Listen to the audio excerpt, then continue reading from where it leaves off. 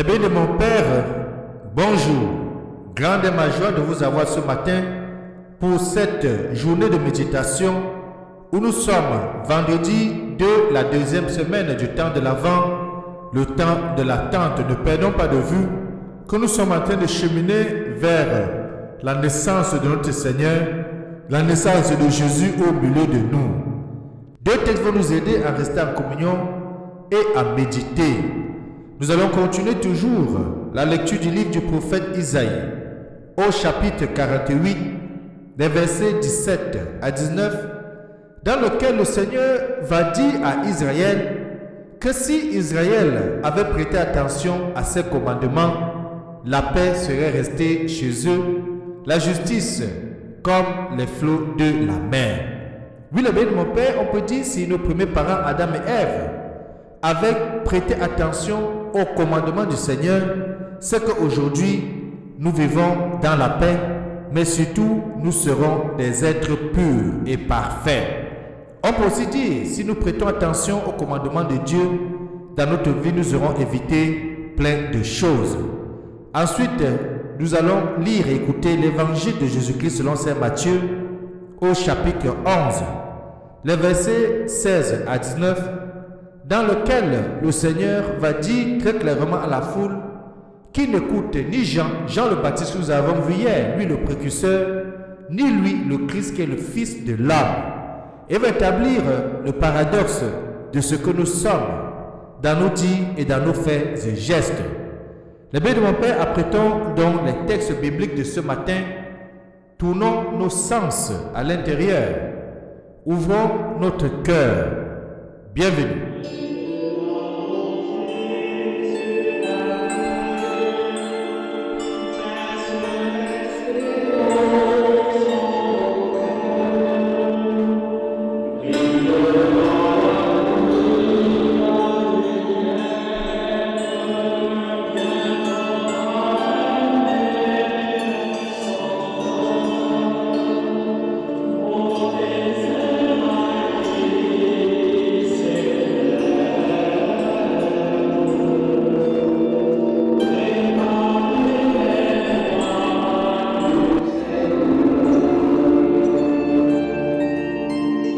Préparons les voies du Seigneur, lui qui vient vers nous, et prions. Dieu qui inspira à ton prêtre Saint Jean un extraordinaire amour de la croix et le renoncement total à lui-même, fait qu'en nous attachant à le suivre, nous parvenions à la contemplation éternelle de ta gloire. Par Jésus-Christ, ton Fils bien-aimé, lui qui vit règne avec toi dans l'unité du Saint-Esprit, Dieu maintenant et pour des siècles et des siècles. Amen. Ouvrons à présent le béni de mon Père, chacun sa Bible, au texte d'Isaïe, au chapitre 48, de lire les versets 17 à 19. Bonne lecture.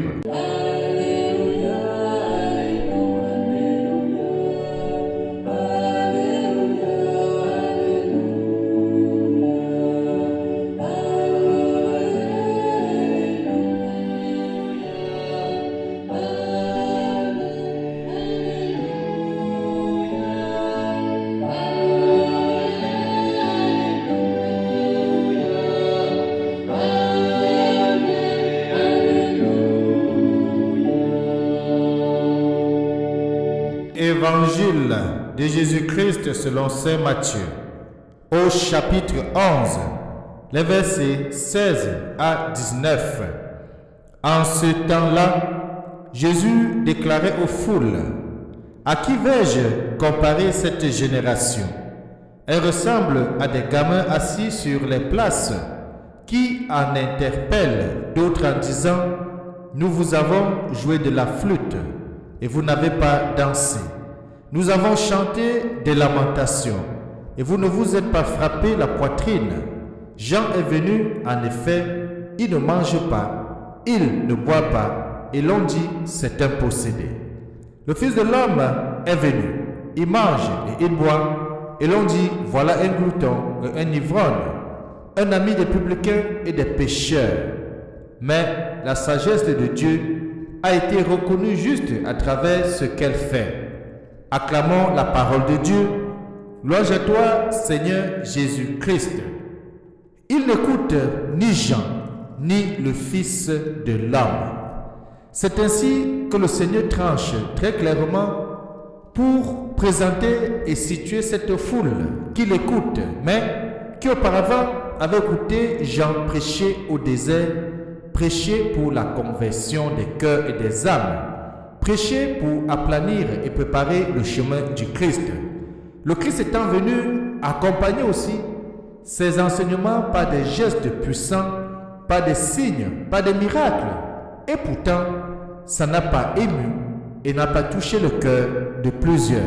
Et le Seigneur le dit très clairement que personne n'écoute ni Jean, ni lui qui est le Fils de l'homme.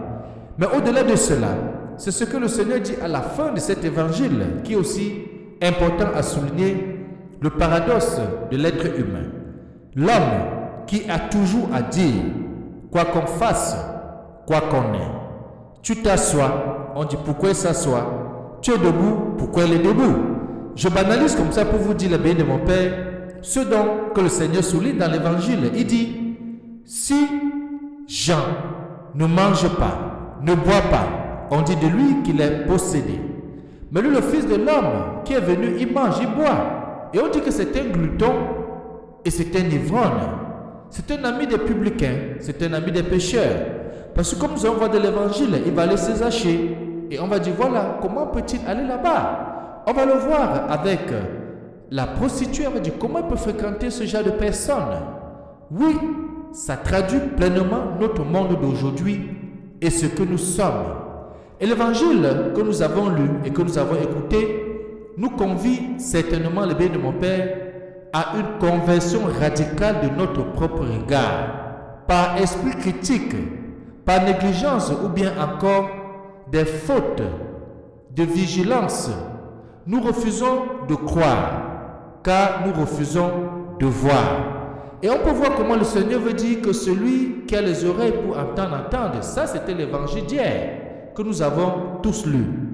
Regardez les choses en face et en profondeur, telle est la première condition requise pour une rencontre authentique avec le Christ. Le premier pas d'une démarche croyante, voir le Christ tel qu'il est et l'accepter tel qu'il est, Fils de Dieu venu nous sauver. Savoir opportunément saisir le passage de Dieu dans nos vies, être à chaque personne dans la grâce de l'instant présent, cultiver la pure attention à autrui dans l'engrenage de la journée. Cela est beau, cela est bien, cela est fondamental. De prendre chacun tel qu'il est, de le regarder avec un regard que Dieu porte sur nous.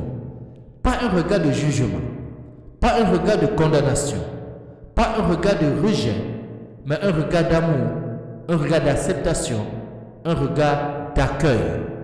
Oui, le Christ nous montre qu'il est important de nous convertir aux menues circonstances qui composent notre temps et ses variations extrêmes et qui sont pures de toute volonté humaine. Toute chose a infiniment du prix aux yeux de Dieu et rien ne doit être perdu. Tout homme a du prix aux yeux de Dieu et Dieu est venu pour le sauver. C'est pour ça que Jésus va dire, mon Père ne veut qu'aucun de vous ne se perde. Aucun de ses siens ne se perde. Aucun enfant, fils de Dieu, fait à son image, ne se perde. Et c'est pour ça que le Christ est rédempteur. Il vient pour nous sauver, il vient pour nous racheter. Mais notre attente a des accents de jubilation, car le royaume est déjà présent au milieu de nous, et le Christ est aujourd'hui sacramentalement présent à son Église. C'est lui qui est la tête de l'Église, va nous dire Saint Paul. Et nous sommes ses corps, nous sommes les membres, et nous sommes sûrs de sa venue prochaine. C'est pour ça que nous préparons nos cœurs à l'attendre, le jour de la nativité. C'est pour ça que nous préparons pour que nous avons 4 semaines, tout le temps de l'Avent, pour nous préparer à l'accueillir. À nous de savoir reconnaître dans le cours de nos vies les signes des temps, parfois explicites, les plus souvent voilés, pour désirer encore la pleine manifestation dans la gloire du salut annoncé. Les bénis de mon Père, préparons-nous à accueillir le Seigneur dans la sérénité et surtout dans la paix. Et que Dieu Tout-Puissant nous bénisse et nous garde, lui qui est Père, Fils et Saint-Esprit. Amen. Bonne journée.